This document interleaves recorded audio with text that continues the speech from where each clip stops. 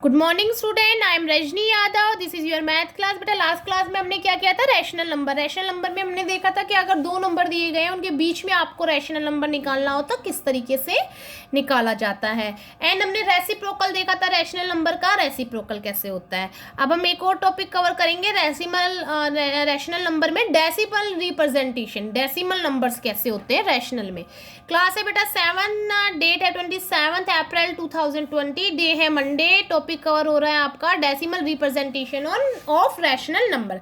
अब बेटा डेसिमल आप सबको आता है निकालना, बहुत अच्छे से आता है, पर जब रैशनल नंबर की बात होती है तो उसमें डेसिमल जो है वो दो तरीके से निकाला जाता है। एक आपका मेथड होता है टर्मिनेटिंग और एक होता है नॉन टर्मिनेटिंग। अब ये बेटा टर्मिनेटिंग डेसिमल नंबर क्या होते हैं? The rational number with a finite decimal part और for which of the long division terminates after a finite number of step. ये क्या कह रहा है कि टर्मिनेटिंग डेसिमल नंबर क्या होता है? जिसमें आपका फाइनाइट डेसिमल पार्ट मतलब एक लिमिटेड, नॉट लिमिटेड, एक एग्जैक्ट वैल्यू आपकी आ जाती है डेसिमल में जो रिपीट ना हो रही हो।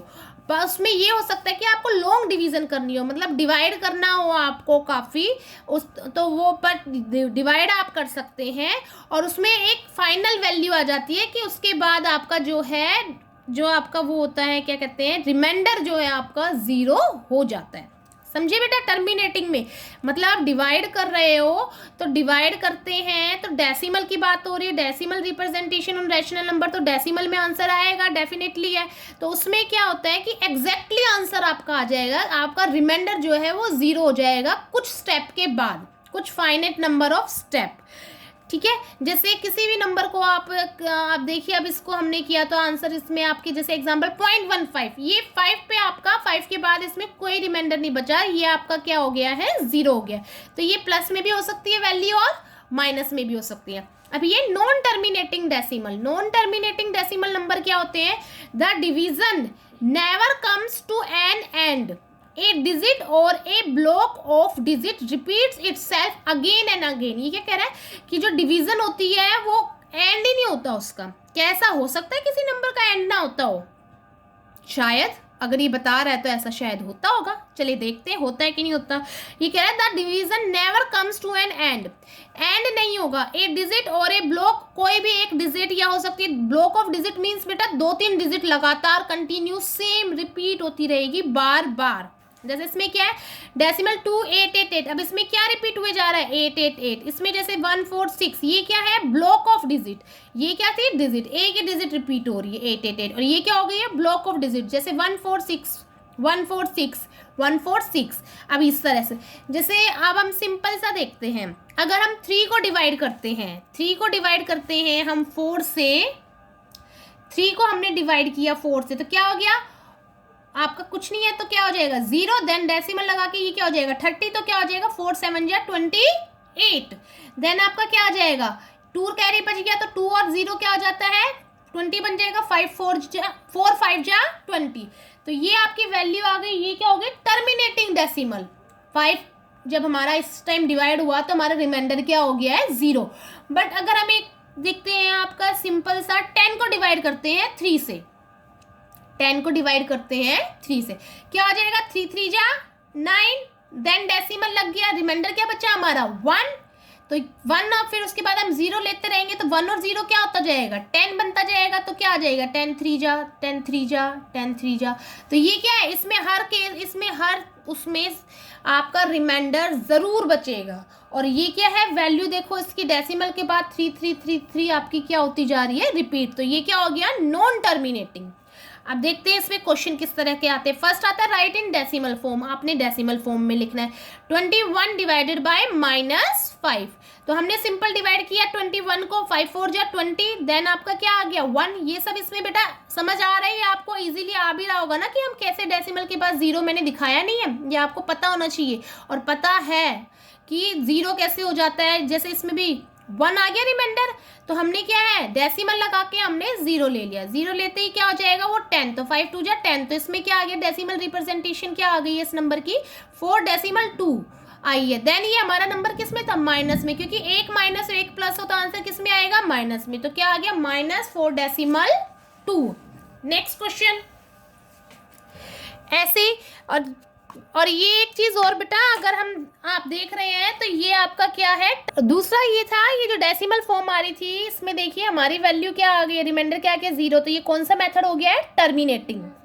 नेक्स्ट एक और देखते हैं, 321 डिवाइडेड बाय 40, 40 से डिवाइड किया तो 48 जा 320, देन हमारा रिमाइंडर क्या बचा 1, डेसिमल लगा के 0 लिया, क्या हो गया आपका 10, बट 10 जो है 40 की टेबल में नहीं आता तो क्या लग गया 0, देन एक और हमने 0 ले लिया तो 42 जा 80, देन हमारा क्या बच गया रिमाइंडर 20, तो 20 40 की टेबल में नहीं आता है तो हमने एक और 0 कैरी लिया तो क्या हो गया 200, तो 45 जा 200। तो ये भी बेटा हमारा कौन सा मेथड में आ गया है, टर्मिनेटिंग में, क्योंकि इसमें भी क्या आ रहा है हमारा रिमाइंडर 0। अब ये देखिए express as non terminating decimal, non terminating में बताना है हमें, जैसे -20 डिवाइडेड बाय क्या है 3, क्या हो गया बेटा 3 से डिवाइड किया 20 को, 3 6 जा 18, रिमाइंडर कितना बचा 2, डेसिमल लगा के हमने क्या कर लिया 0 ले लिया, 20 बन गया, 3 6 जा 18, देन रिमाइंडर 2 है, फिर हमने 0 कैरी ले लिया, 3 6 जा 18, देन रिमाइंडर 2 है, तो इसमें आप देखोगे कि हमारा क्या होता जा रहा है, डेसिमल के बाद 6 6 6 ही कंटिन्यू आ रहा है, आगे भी मैं अगर यहाँ 20 लेती देन फिर आता 3 6 जा 18, फिर आपका रिमाइंडर 2 बच जाता, तो ये हमारी क्या होगी नॉन टर्मिनेटिंग, क्योंकि इसमें एंड नहीं है आपका, आप कितनी बार भी कर लो, कितनी बार भी आपका रिमाइंडर ज़रूर बचेगा। तो ये हमारा क्या आ गया 6.66। अब क्या था हमारा -20 था, तो हमारा आंसर क्या हो जाएगा -6.66।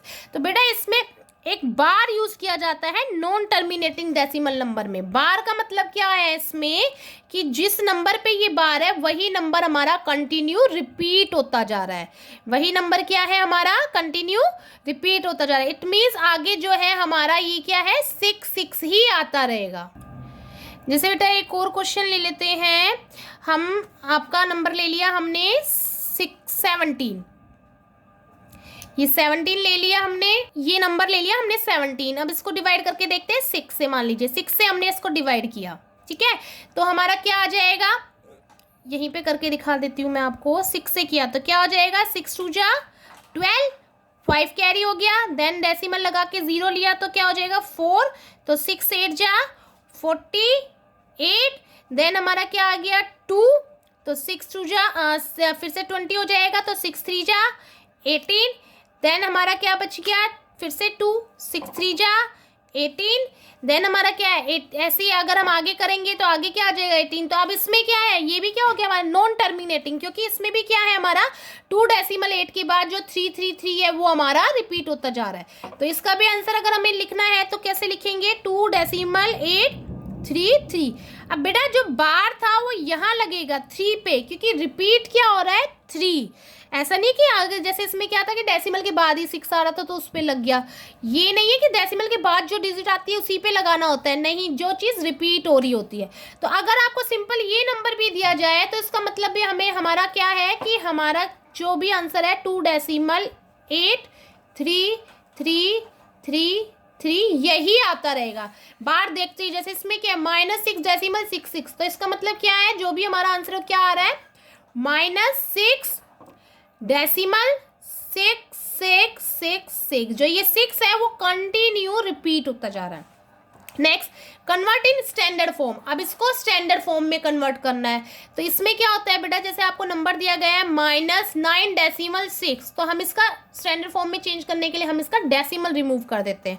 तो डेसिमल का पता है, जैसे ही डेसिमल हटाते हैं नीचे क्या आ जाता है आपका अपोन, ये डेसिमल हटाया तो फर्स्ट ऑफ ऑल हमारा क्या आ गया है, इसके नीचे अपोन लगा देंगे, तो डेसिमल की जगह हमारा क्या आ जाता है 1, डेसिमल की जगह हमारा क्या आ जाएगा 1, और जितनी डेसिमल के बाद डिजिट होती है उतनी क्या आ जाते हैं आपके 0।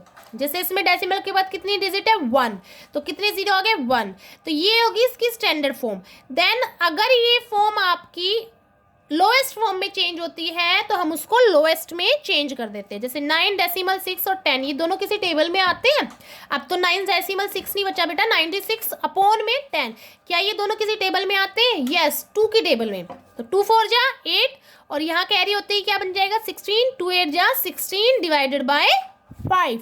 ऐसे अनदर क्वेश्चन देखा 3.24 और बेटा माइनस है तो ये माइनस कंटिन्यू चलता जाएगा, आंसर माइनस में ही आएगा। 3.24 इसको स्टैंडर्ड फॉर्म में चेंज करना है तो फर्स्ट स्टेप क्या होता है हमारा, डेसिमल रिमूव करना। तो डेसिमल हटाते हैं तो पहले क्या आ जाता है आपका अपॉन, देन डेसिमल हटाया तो क्या आ गया 1 और उसके पास जितनी डिजिट है उतने 0। तो इसका मतलब क्या हो गया आपका कि ये आ गया आपका, देन क्या ये लोएस्ट फॉर्म में होता है, यस ये दोनों भी 2 की टेबल में आते हैं। 2 8 जा सॉरी 2 1 जा 2 1 कैरी हो गया, 2 6 जा 12, 2 2 जा 4 अपॉन में 100 को क्या क्या आ गया 50। देन क्या ये दोनों फिर से होते हैं लोएस्ट में, यस ये दोनों भी 2 की टेबल में आ रहे हैं। 2 8 जा 1 2 8 जा 16, 2 1 जा 2, देन 50 को क्या 25। तो इसका क्या अब क्या 81 और 25 आते हैं किसी में नहीं, तो ये इसकी जो स्टैंडर्ड फॉर्म हुई 3.24 की क्या हो गई है 81 अपॉन में 25। 9.6 की क्या हो गई थी आपकी 48 अपॉन में 5। तो ये इस तरह से आपकी क्या है स्टैंडर्ड फॉर्म निकाली जाती है। और माइनस है तो आंसर आपका माइनस में आएगा और अगर प्लस है तो आंसर आपका प्लस में। ये इसका मतलब ही क्या होता है बेटा कि अगर हम 324 को डिवाइड करें 100 से तो क्या आ जाएगा 3.24। ऐसे इसमें 96 को अगर हम डिवाइड करते हैं 10 से तो हमारा क्या आता है 9.6। अब ये क्वेश्चन है आपका decimal representation of rational number में टर्मिनेटिंग डेसिमल और नॉन टर्मिनेटिंग डेसिमल के आपसे आप यूज करके आपको सम सॉल्व करने हैं और standard form. Then we will meet in the next class.